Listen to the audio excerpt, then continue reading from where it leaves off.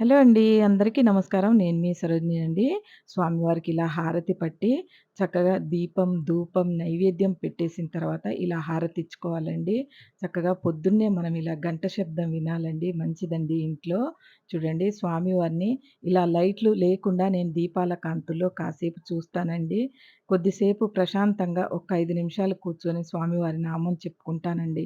ఆ స్వామివారు పొద్దున్నే ఇలా కాస్త టైం ఉంటే మాత్రం నేను 5, 10 నిమిషాలు మందిరం దగ్గర కూర్చొనే గడుపుతానండి. చేసిన పనంతా మర్చిపోతానండి. చేసిన కష్టం ఏదైనా దేవుడి గురించి ఏది చేసినా ప్రేమతో చేయాలండి. ఏది చేసినా ప్రేమతో చేస్తే అది కష్టం అనిపించదండి. ఎంత పని చేస్తావు? ఎంతసేపు కూర్చుంటావు ఇంకా? ఎంతసేపు కూర్చుంటావు? అని మా వోళ్ళు అడుగుతూ ఉంటారండి.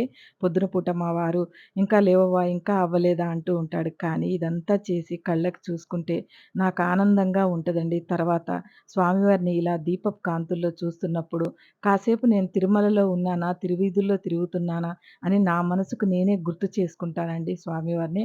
అలా నాకంతిష్టమండి తిరుమల అంటే. నేనెక్కడికెళ్ళినా కూడా, ఏ ఊరికెళ్ళినా తిరుమలకెళ్ళినట్టు మాత్రం ఉండదండి.